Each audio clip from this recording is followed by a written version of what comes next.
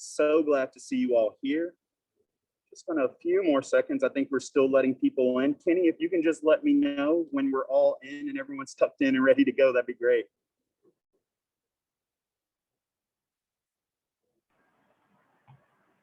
All right, looks like everyone who showed up right on time is in, but we'll have a few folks trickling in over the next few minutes, I think, and a lot of minutes I get here. Okay, well, hello everyone. I just want to thank you all so much for being here with us on this Wednesday evening. This is a part of a series of workshops, youth-led PDs, in conjunction with the Teaching Artists Guild and also the Memphis Music Initiative, Panteria, and Fenwick. Before we get going, I would like to thank my colleagues, Brittney Boyd-Bullock, Miko Lee, and Kenny Allen for being here with us today as well. And I certainly want to thank our ASL translators for being here and making sure that we try to be as inclusive as possible. Before I introduce the facilitators, I would ask if we could all take a very momentary silence for what's been going on in the world now. So let's just take a very quick moment of silence and acknowledge the world that we're existing in right now.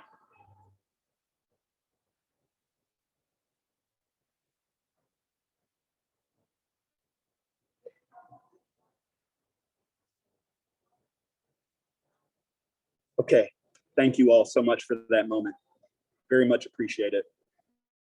So today's workshop will be on a theme that has a lot of different kinds of avenues and a lot of different representations, but the topic is Afrofuturism. And we're very happy to have with us to facilitate this community conversation, Miss Allie Smith from MMI Works and a current student at Howard, I believe, Howard University in the house. And then also Kori Wallace, who is an amazing musician, a graduate of the Stax Music Academy, who now resides in Atlanta, bringing the magic that he has to that city as well. So without further ado, Kori Wallace and Allie Smith.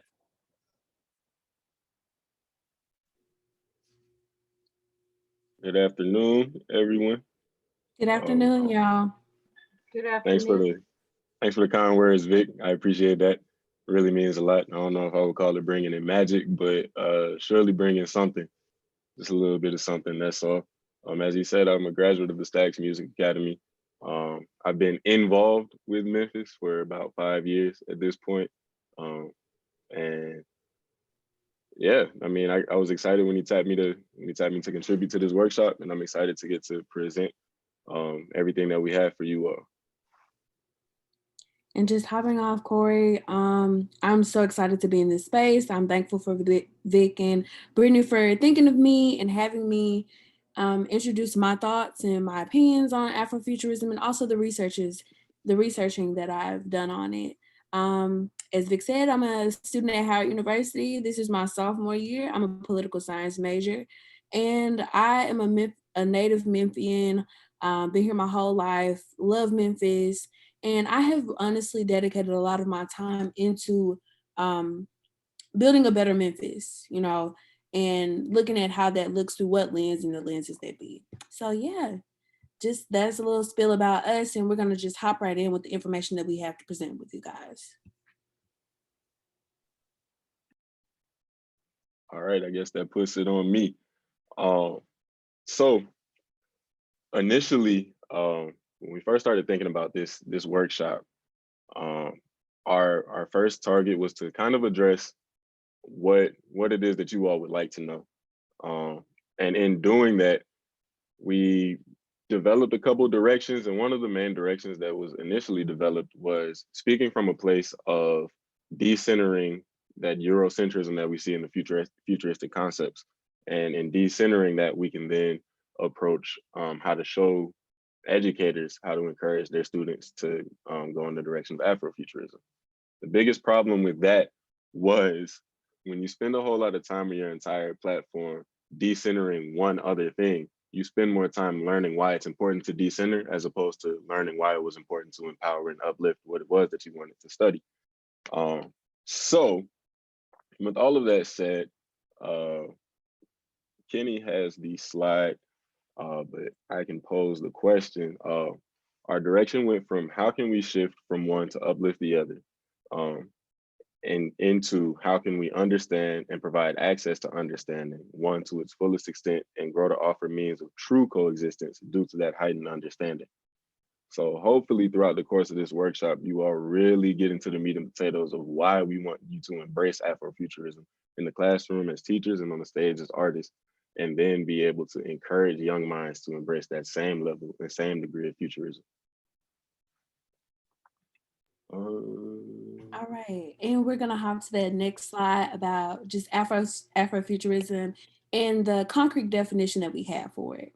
So this is without the, our personals. So just as a foundation for Afrofuturism, I'm waiting for the slide so it can be up there with you guys.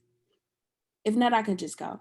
So it is a movement in literature, music, art, etc., featuring futuristic or science fiction themes which incorporate elements of Black history and culture. So one thing that we do have highlighted is Afro. So one thing that is important to note is what the term Afro does to the concept of futurism. It doesn't alter the infrastructure, but instead expands the platform and reach while adding cultural and historical content. So to piggyback off of this, I'm tackling this notion of Afrofuturism being on the stage. So as lovers of creativity, we have all been shown the brilliance of Blackness on the stage. Firstly, I would like to just clarify that Kori and I decided that the stage is defined as all the things in the artistic sphere. So today I'll be providing information on how the stage has evolved and how we have been persistent in our determination to tear down the barriers that have attempted to deny us our accesses to the spaces that we have cultivated. So with all those words and with all that being said, I'm gonna go to the next slide. Well, Kenny. So just to open up this space of the stage, we see TLC, we see Kori and Halle, and we see how these Black women have manifested this technological advanced sense of self through their music. So we see when we think of Kori and Halle, which are new age R&B artists under Beyonce label, we see that they have use different elements of Black culture and different elements of what we know as to be futuristic and have incorporated them into their songs about stuff that's relatable to us, our 20s or things of that nature. And we see TLC, who did the same thing back in the day, in the 90s, making this music that is so relatable, but doing it through the lens of futurism and imagining themselves in a light that's not the modern sense. So they're not just in a backyard or on the street or anything. They're in spaceships and in worlds that they have imagined, in waterfalls. So my next slide, Kidder. So it would be completely remiss of us to not include Black Panther within the discussion of Afrofuturism. And I say this due to the global impact that it has garnered and the fact that the conversations around Afrofuturism really can be drawn back to this point of Black Panther. And when it came out, it was like a Black reunion. It was a celebration. Everybody had on different attire, and you could really see the sense of Afrocentric ideas and really just a style, our style, how we affirm ourselves through our attire. We could see that in movie theaters and we could see that on the screen. So we cannot talk about the world of Afrofuturism without talking about Black Panther, because it did have this impact on students, on teachers, on everyone. So with that, I'm going to open up the stage with Black Panther. And then through that, me and Kori, we're going to identify more forms that have not been really put into the limelight or in the stage. So yeah, that's how I'm going to start it off. And then we're going to go through different examples of how we see the elements that's incorporated in Black Panther and other artists like Janelle Monáe, like Octavia Butler, and people of that nature. All right. Kenny, you can stop there. Thank you. So before we dive into Sun Ra and Janelle Monáe's, what we're going to do is, with all of the information we've garnered so far, plus with you all's initial curiosity of what Afrofuturism entails, we're going to split in half because we have questions that we want to directly answer with some of you. We have conversations that we want to directly have. And we want to leave room for you all's questions, so that way, as we continue, we make sure that you leave feeling full, right? So I'm terrible at Zoom. That's why we have my man Kenny. So we're gonna split into 2 breakout rooms straight down the middle. And I'm looking forward to conversing with you all in the initial stage of this workshop. All right, give me just a moment and you'll all be whisked off to these different rooms. And once again, this is Victor Sawyer here. While this is happening, the chat is available, and our 2 facilitators, we want them very much focused on their presentation. So myself, Brittney, Miko, and Kenny, we will be taking a look at the chat. So if you have comments or questions, drop them there, and there will be opportunities to address them throughout the workshop.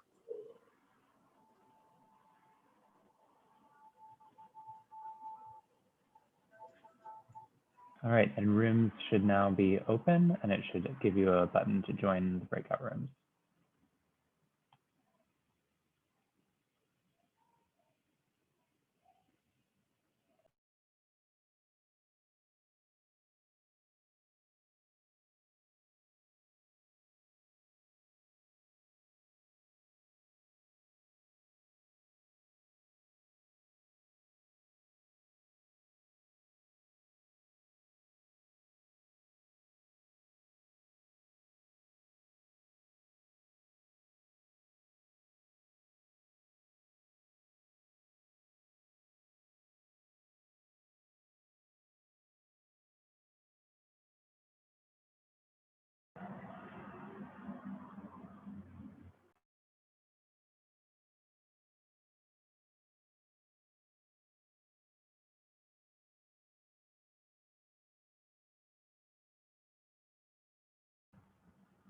All right, it looks like we're all back in the main room now. Welcome back, everyone. I hope that first breakout session was fruitful.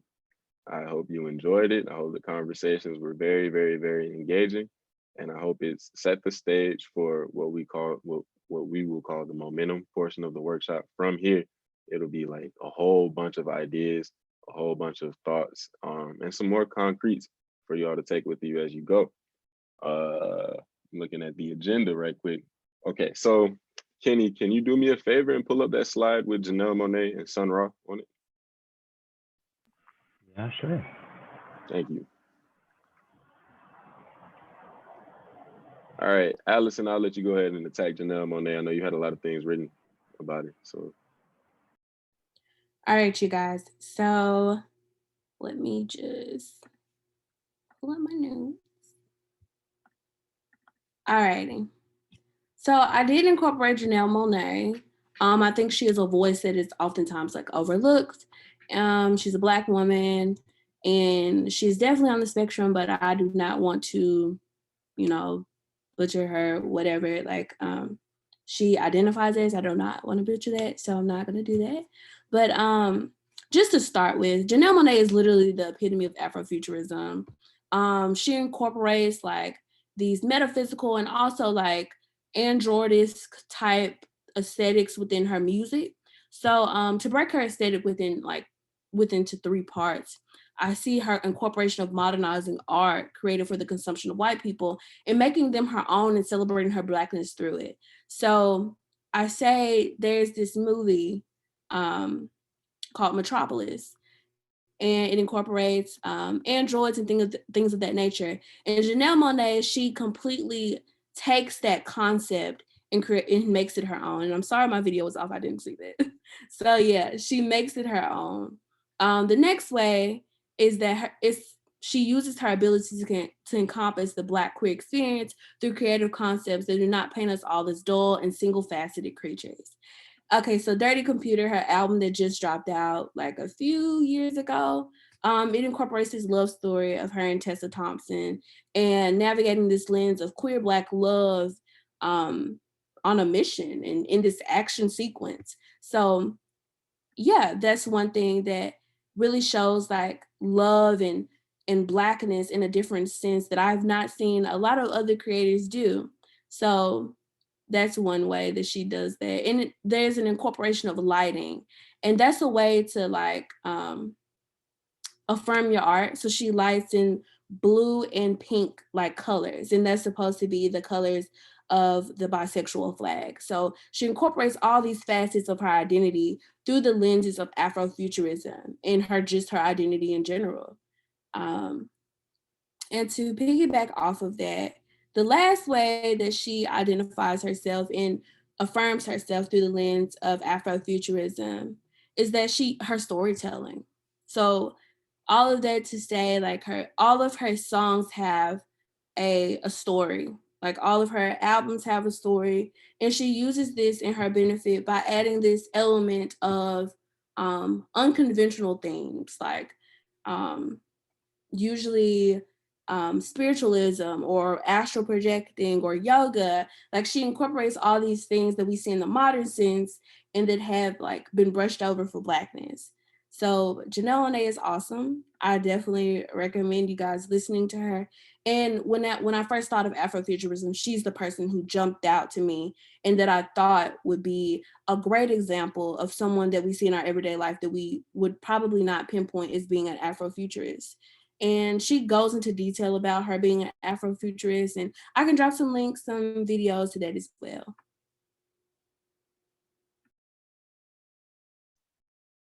Yeah, Janelle's marvelous. Marvelous. She's a pretty good actress as well. Amazing performer.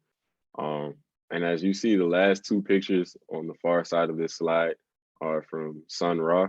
For the jazz lovers out there, I use Sun Ra to really open the door to many other artists that do it, but Sun Ra is kind of huge. Because of time, I'm going to have to speed through it. I can talk about him and many other artists all day, but if you watch any of his concerts, there's so much going on, like the lighting, the staging, the attire, the music. Especially, I've heard people say they've gone to a Sun Ra concert and cried, and they ain't never cried in no concert before. So it's that impactful. But you know, we have the likes of like Earth, Wind, and Fire, who kind of present the same way that Sun Ra does on stage, where there is so much going on, and people don't look at Earth, Wind, and Fire and like Maze as being Afrofuturism, but it really is. And the reason it is because those concepts are so far out, so far seemingly unhuman, that they don't belong in any other genre but futurism, and that science fiction type of thing merged into modern music. So yeah, with all of that said, we will transition to another element, which is a video where we're going to hear from another artist. Is a friend of mine, Julian Reed. He's from Chicago. He performs with this group called the Juju Exchange, which features Nico Segal, Chance the Rapper's trumpet player. So Julian is one of the wisest people I've ever known, and he's only 30. When I had the introduction conversation with him about putting this video together, I think we talked for like an hour straight, and I probably learned more than I tried to go in there learning, and it made my head feel 10 times bigger. So he has a lot of great offerings. I'm excited to present this video to you all, and I hope that you take a lot from it. Kenny, it's on you if you have it.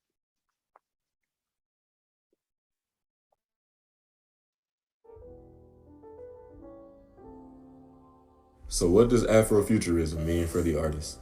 To understand the ideal to the fullest, we must first learn how the many isms work hand in hand to then create their own aesthetics, sounds, and missions. This all derives from this beautiful concept that we call centrism. We'll leave the Afro part implied for now. This is the heritage part, a return to focus toward our roots and a desire to highlight the continuation of legacies from our ancestors to our descendants.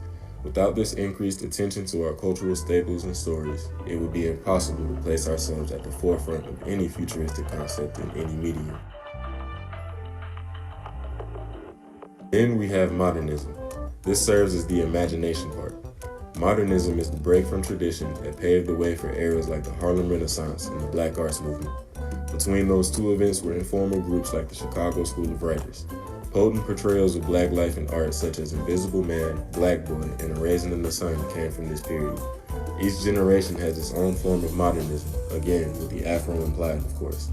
Modernism is like the special twist that we put on our grandparents' old records that turns them into mixtapes, samples, and thus new classics. We'd be remiss if we didn't mention the detailed accounts of everyday life that appear in naturalism and the sobering truth that we discover in realism. Now that we've taken a trip through the world of Afroisms, we return to our original question. What Afrofuturism means for the artist is the re in reimagine. It's the extra push into new dimensions of science, philosophy, and technology. We take these areas and mold them into an artistic journey. We combine devices or invent our own to make new sounds. We take the bad haircuts and pointy ears out of Star Trek and make tangible art or music or poetry out of what that world would look like. Most importantly, we abandon limits and constructs and think of a world of endless possibility. But of course, we all have a different story to tell. So here's one from a fellow artist's take on this thing we call Afrofuturism.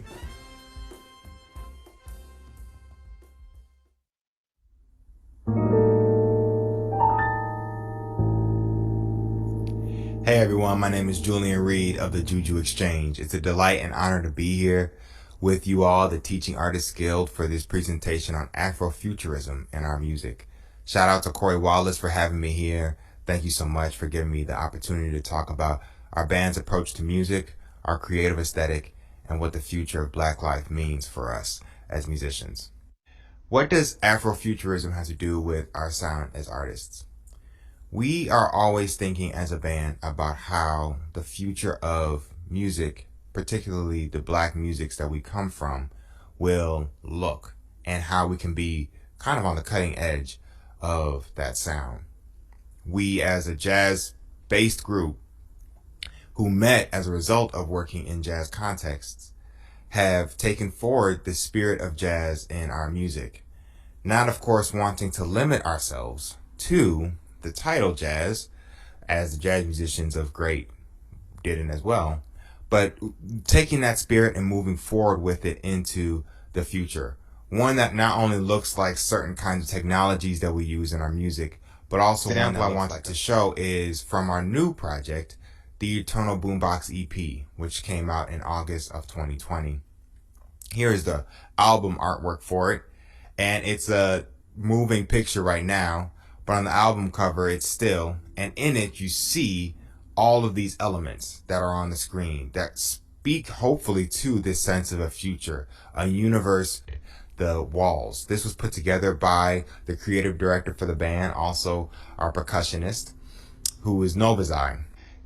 Novazai goes crazy playing those instruments and really giving life to the power of Black invention, the power of, frankly, Black faith as well. And this is also a big thing in Afrofuturism. By that I mean, what he's trying to do is point to how the invisible is a means of still having tangible effect on us. He's not touching the instrument, but is able, just by his hand and the sensors therein of the instrument, he's able to then create this sound that then affects all of us in our bodies and our members. And so for him, this is also a gesture towards spirituality.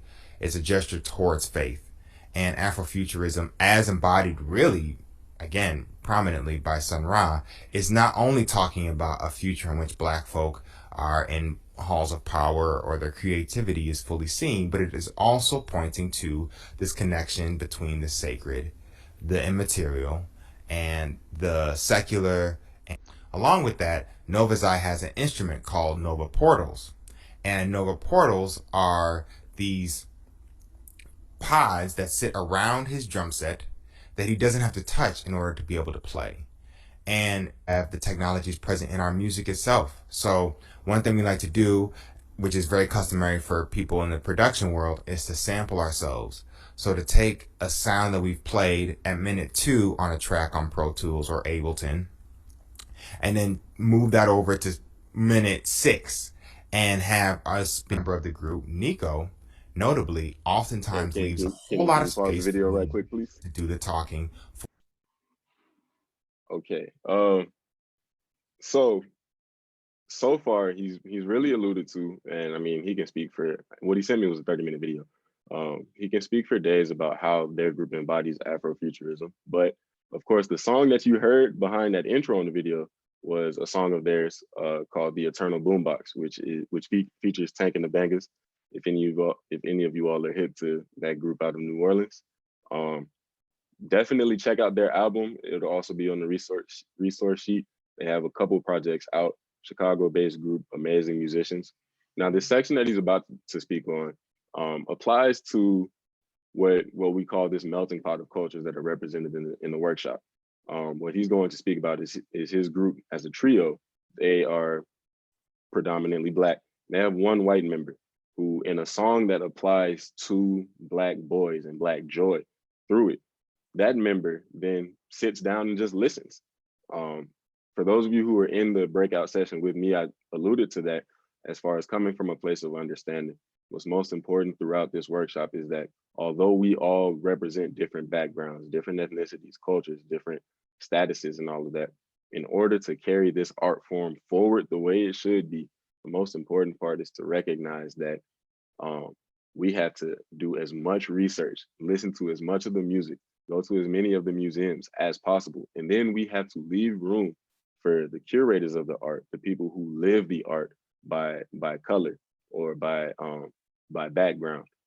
Give room for them to share their stories, and we listen. So that way, as I said in the first breakout session, we can truly operate as vessels, because that's all we are. That's all we are here. We take what we learn, we take what we see, hear, and like, and we pass it along to the next person. We don't necessarily have to own it to pass it along, but we can appreciate it.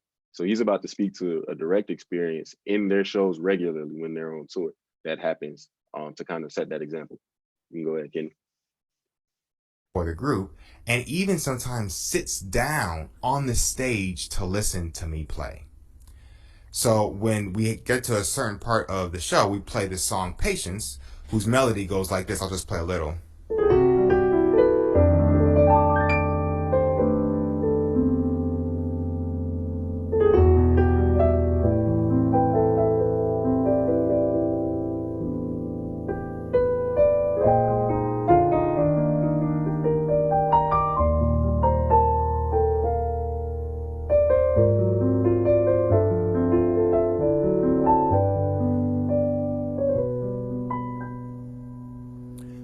So that's Patience, a song I wrote with our bass player at the time in response to my time working as a prison chaplain down in Atlanta.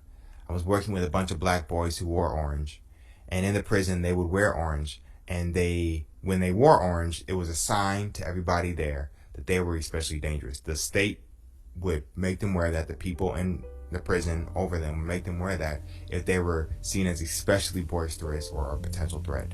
You came in wearing blue, but then you'd be converted to orange depending on your threat level.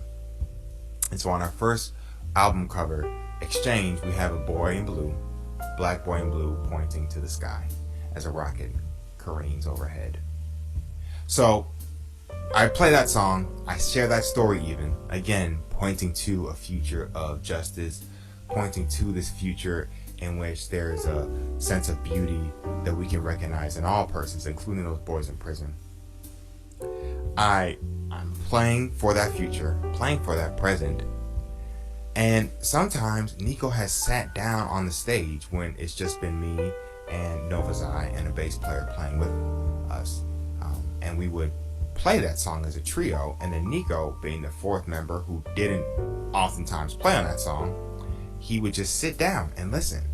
That to me is also pointing to the kind of future that Afrofuturism heralds. Not one where I am lording any power over Nico, but one where he as a white man is so invested in hearing what I have to say, so invested in hearing the story of those Black boys in prison, that he sits down and just closes his eyes and listens, because that's how he wants to attend to the music, and that's how he's modeling a kind of attentiveness for the audience as well. Excited about being a Chicago-based band is we're excited for the future of music that emerges from all these lineages, not to mention, of course, then including Western classical with something like the Chicago Symphony Orchestra and Chicago Lyric Opera right here in our backyard.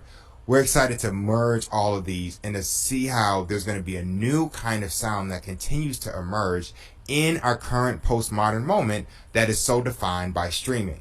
Streaming has done so much. I'm Julian from the Juju Exchange. See you around. Peace.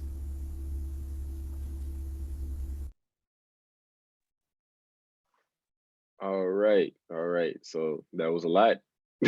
So what we're going to do here is take a very, very, very, very short pause for the cause for you all to breathe. Throw every question that you have so far into the chat before we amp things up in our next breakout session. So how long did I leave for that? Left a couple minutes. So yeah, I know we got a lot of people in here. There was a lot of information given. Streaming will get talked about in the next breakout session as a tool for Afrofuturism as well. So if you all kind of perked up when you heard him mention that, but felt like it was cut short, it will definitely get talked about fairly soon. But like I said, if you have any questions, dump them in the chat, and we will be sure to incorporate them in the next breakout session that we have about Afrofuturism in the classroom directly, and then on the stage directly.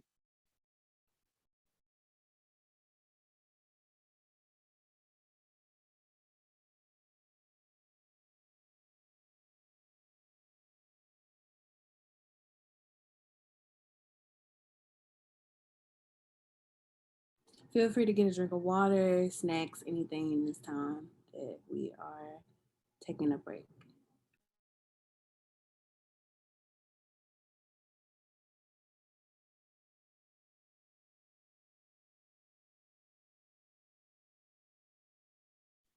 I see we got a Parliament Funkadelic fan in the chat. Beautiful. All right. You all are dropping some amazing artists in here.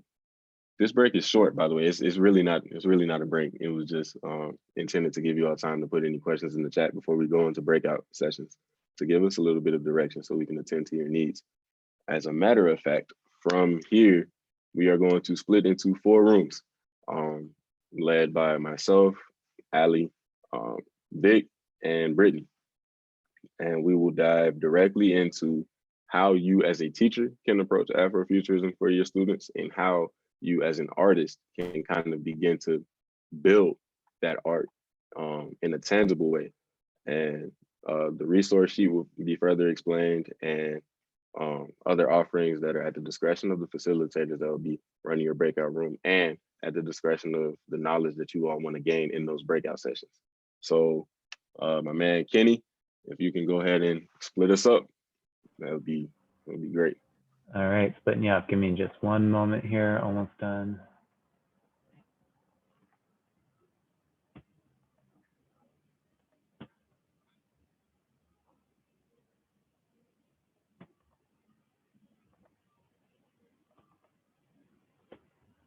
All right, those rooms should be open for you all.